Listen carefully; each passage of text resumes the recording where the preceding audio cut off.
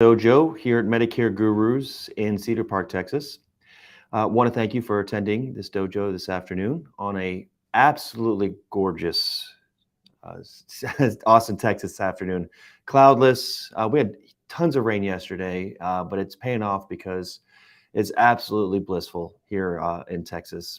If you are new to this dojo, welcome. What we do here is we allow agents who are live on the floor come in, discuss, converse, and share their experiences with their Medicare clients. Obviously, privacy included. But what we do is we want to have live conversations about Medicare. And today, as you can see, there's nobody here yet because we are in the throes of AEP. We are on the phone all day. I'm able to get away actually to talk to you about our topic for the day. So if you are taking a moment to eat your lunch, I hope you're enjoying, you're eating healthy. And that's what we're going to talk about today. We're going to talk today about energy. Now, I'm going to talk, since I'm by myself, I'll just talk a little bit about some pet peeves that I have as an agent during this time. When I get here in the morning, I'm here at 7:30 every day, even when it's not busy. I get here, I live about 30 minutes away. I leave at 7, get here around 7:25, 7:30, and I get set up for the day. I get my coffee. I get my, if I didn't have breakfast, if they have oatmeal here, I'll get oatmeal. I will, check all my emails, check to make sure that my appointments are all in the calendar, check my notes. And then right at 8 o'clock, we'll have our morning meeting. And as soon as we get out of that meeting, I'm hopping on the phone. And I am calling, or I'm receiving calls, or I am attending my appointments. I am 100% energy the moment I walk in the door to the moment I leave this building. And a lot of agents, especially new agents, they don't really grasp the concept of how significant this time of the year is. You have a lot of agents who walk in and treat it as a job. They walk in late. They are tired. They need their coffee. They spend 5-10 minutes chatting with friends. They are asking questions or trying to listen to the gossip.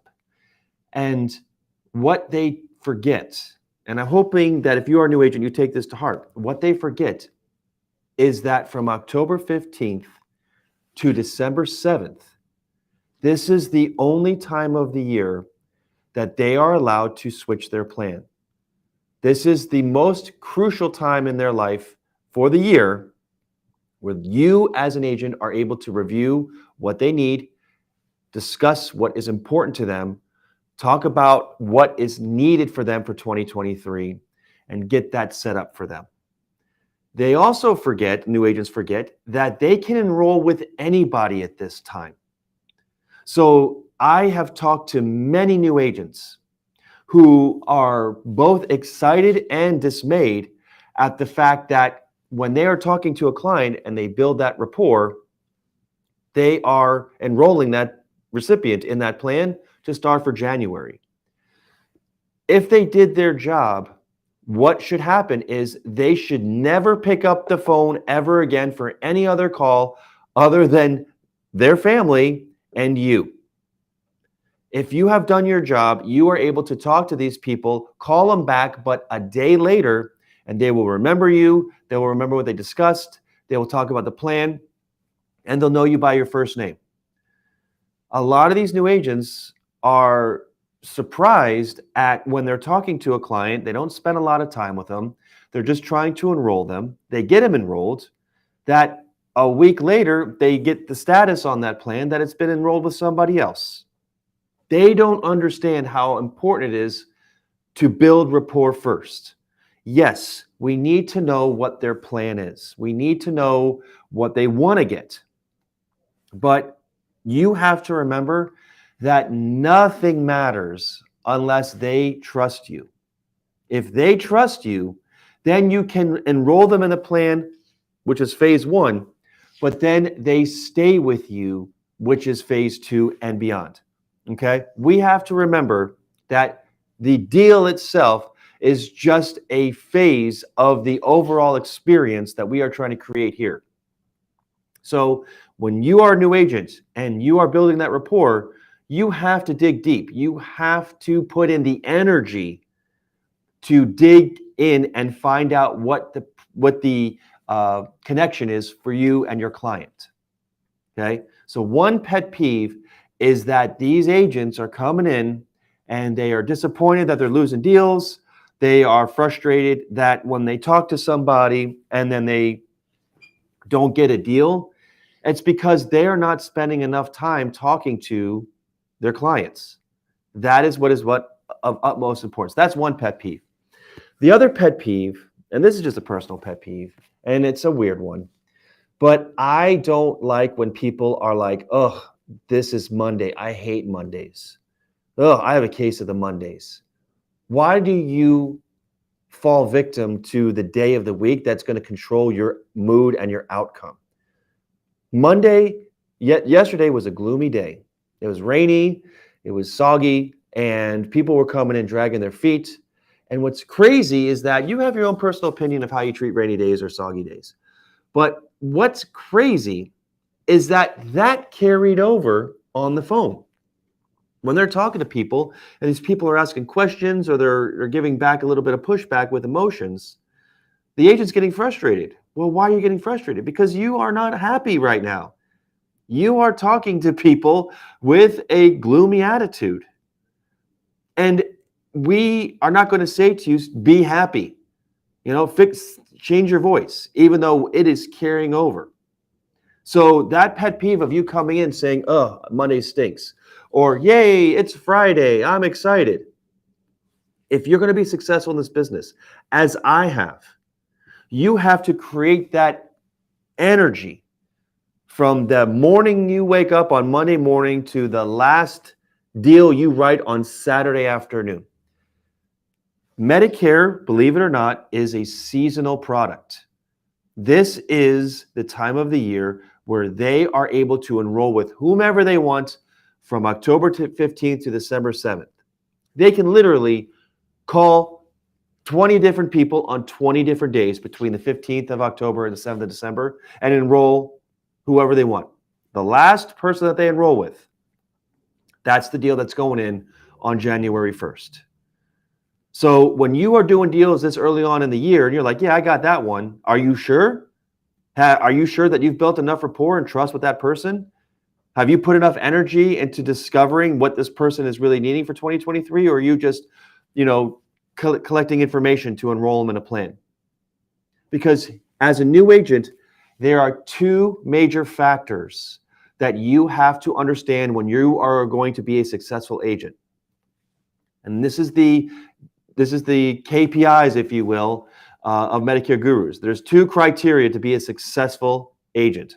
One is acquisition, and two is retention. Acquisition means how many deals have you done? How many deals have you submitted? We don't have to look at the type of deal. We just have to look at how many. Are you submitting a lot of Medicare Advantage, Medicare Supplement? Are you doing a lot of ancillary? How many upsells have you had?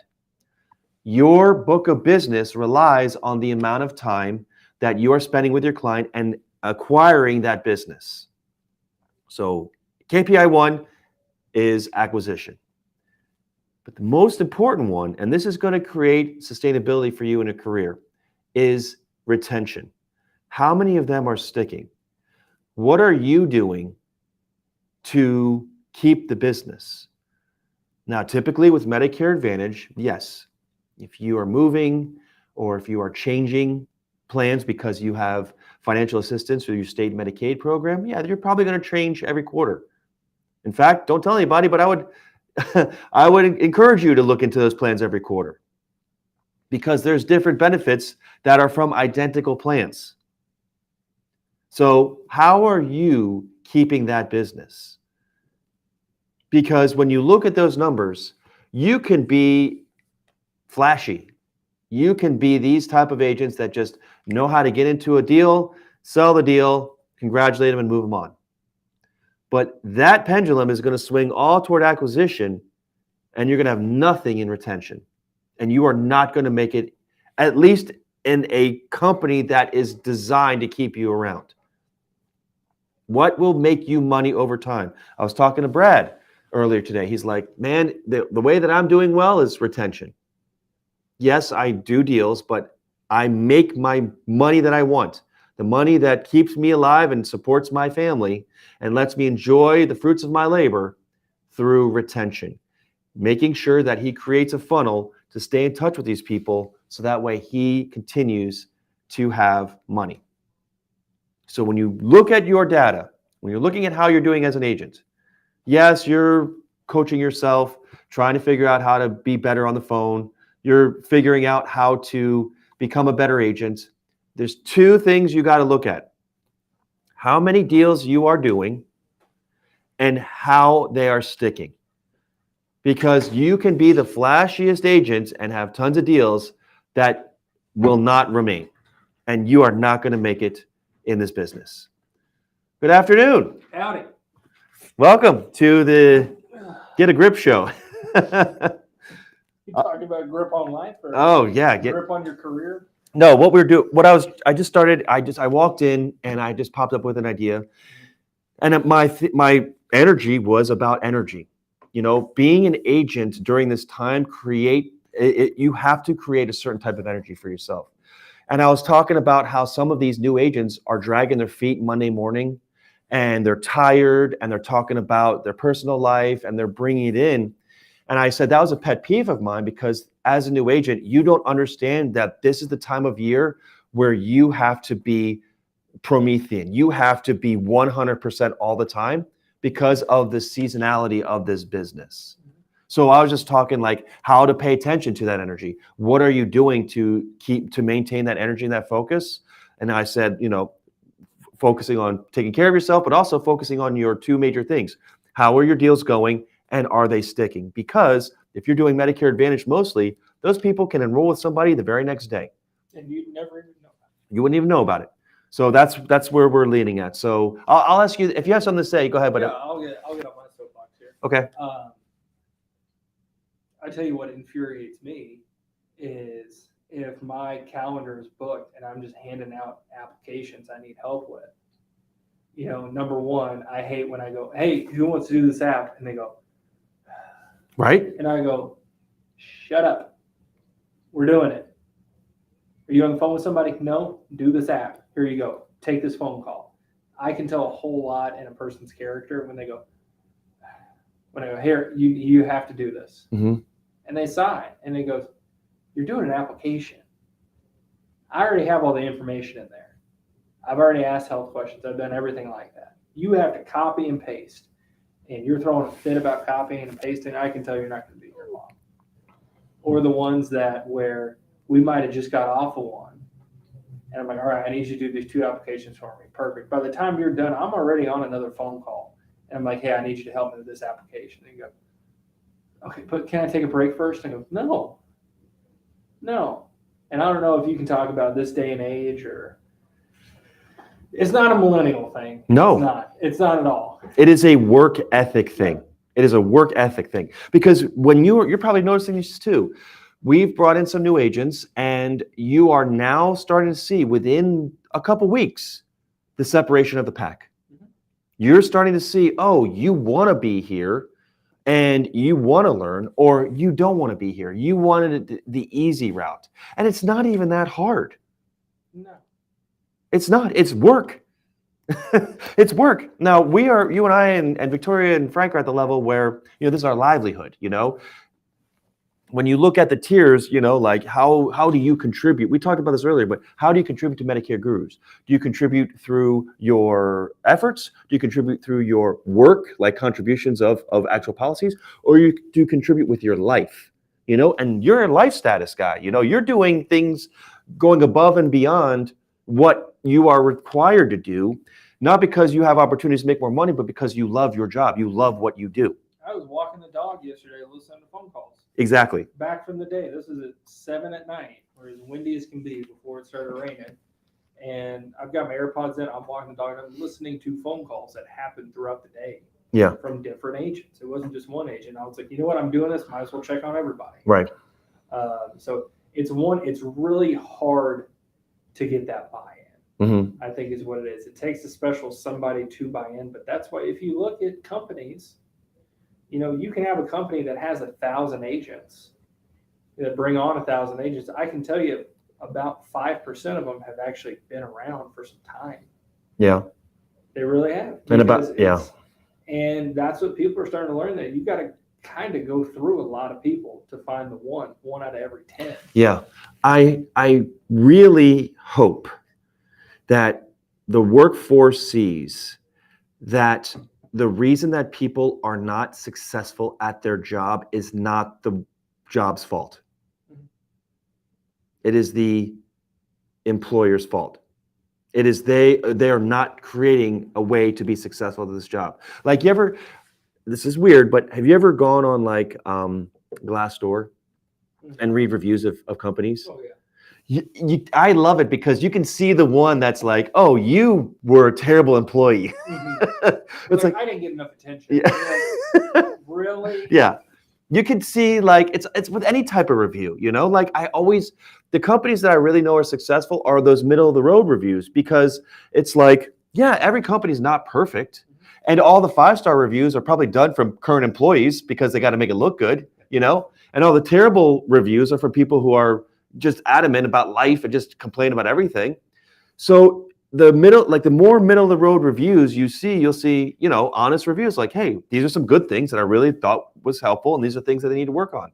That was with there's a lot of middle of the ground reviews for Medigap 360 and Medicare Gurus. Like, man, this is a very successful place. And I'm seeing now, being here the time that I've been here, I'm seeing, oh, you're going to be successful because you're creating avenues of success for yourself. And, oh, you're not going to be here because you are constantly complaining. You said it too, and I'll give you kudos to this. You like when new employees ask you for help. Yeah. Because it shows that I need to figure this out so I can continue. I should be able to hear you from your desk. Yeah. If I don't hear you, then something's wrong. Because that means you're not doing anything. And I'll one up you here too on this. Also, take a look at the company's reviews. Adrian, correct me if I'm wrong here, but I believe our Trustpilot rating, I think it's 4.8 out of 5 stars. And you know who the last review was about? Yours truly here. Nice. Just because, I'm a sucker for those. Love it. Yeah. Because it's nothing but good publicity. And if you help somebody out good enough and they leave a review, people look that up. There's no Rolodex where people can just go look up agents and say, okay, yeah, how many policies has he written? How good is he? Yeah. It's not, there's no ERA stats. Yeah. Just available online for people. So I'd say one up to a company, look at their company reviews, because if you get crappy reviews as a company or as a product, it's probably not a good work environment at the same time too. Mm-hmm. But what you said is, that's, it goes back to, were you in here when I made that reference to the sports psychiatrist that was helping the softball team? Yes. It goes back to that, to where you go and strike out in 3 pitches and you go, well, I found one off. Why didn't you clap for me? He goes, because you struck out. I don't care. Well, I kept him on the phone for an hour. Okay, would you sell him? Well, I didn't sell him anything, but I kept him on the phone for an hour. No gold star. Right. There's none of that here. And I think you have to be a little careful too when people start helping you with your book of business, because then you can't get them accustomed to, well, I don't have to call people. Jacob will have one for me eventually. Are you starting to see that now? He'll get one. Look. Yeah. Not from some. Mm-hmm. I see some others that are willing to take on the challenge and go, look, I don't just want to sit here and do apps all day. I want to start my skills and start to hone in everything. Let me ask you this, because is that a personality thing, or is that a work environment, work ethic thing? I think it's a combination of both. How so? Because, if they think, oh, it's this easy, I can come in, I can help them do. God bless Christopher. I think yesterday, me and him, he helped me with all 7 apps that I did yesterday. Mm-hmm. And it was one that to where we would be in the middle of an app and I'm like, all right, go to the bathroom. And then he'd come back and then I'd finish it off and say, okay, perfect. He'd be like, whoo, all right. And I go, sit down. We're doing another one. I'd call somebody up and in 5 minutes, get them over to Christopher, do the application. Yeah. I'll be back on at the end. And in that time, I'm calling somebody else or somebody's calling in and I'm getting something else set up. Right. And with him, it was just back and forth Mhm. all day. And where he went to lunch, I took a 15-minute break and I came back. And I already had 2 on the phone by the time he's walked in the door. And I go, you better log in because we got more to do. You see it 2 different ways. Number one, you see it as, boy, I don't have to do a lot of work. Mm-hmm. Or number 2, they see it as, oh, this is really easy. Well, it's not easy when you don't know what you're doing. Right. You got to be able to, Frank, me and him were talking. He came up with a great analogy. He goes, take hockey, for example. You can be the greatest shot on the planet. You can have the best stick handling movements. You can have the best posture, whatever it is. If you can't skate, you can't play. Yeah. You're just baby giraffe legs going like this on the ice. I don't care if you can put a puck within 5 centimeters of wherever I say. Mm-hmm. That doesn't matter. If you can't skate, you're never going to touch the ice because you can't get to your spot. You can't shoot. You can't do anything. You don't have a base for it. Mm-hmm. And that's exactly like what it is here, where they can see us sometimes where we're pulling wrist shots and we're going, excuse my hockey league, we're going top shed. Right. It's going down. Right. Okay. We're hitting crossbars going down here. Right. And they think, oh, that's an easy shot. That went in really quick. And I go, you don't know how many reps we had to take in the driveway, busting out garage door windows. I'm getting real specific here with this one. Mm-hmm. But busting out garage door windows in order for us to be able to do that. We don't just magically stroll in and we can start doing that. Mm-hmm. That's what a lot of people, they don't see because I don't think they kind of see it as easy. They say, oh, well, all you got to do is talk to these people. That's terrific. I go, well, it's one portion of it. That's not the whole portion. But you can't take it for granted. That's what I've started to notice is there's a whole lot. Once it becomes time to where you stop listening and you doze off a little bit, check your phone, start to doodle on your pad when you or Victoria's closing. Mm-hmm. Or we're asking questions. We can see that now through some of our other agents to where when they were first training, we were doing 30, 40 deals a month. But if you don't listen to that training, while you got me and you got you, when you go to close your deals, you're going to go dry because you never stopped and learned, okay, why'd you ask that question? You never once came up to me and asked, why'd you ask that question? Mm-hmm. Why did you close this way? Why did you say this? Why did you say that? You're not actively listening. Then you're just going to go, it's easy. When it's my turn, I can do it. And it shows up that you can't. Right. You cannot. So circling back through the whole thing, I don't know if it's a societal thing. I don't know if it's just a mindset type, but you can tell within, I don't even need 2 weeks. Give me 3 days.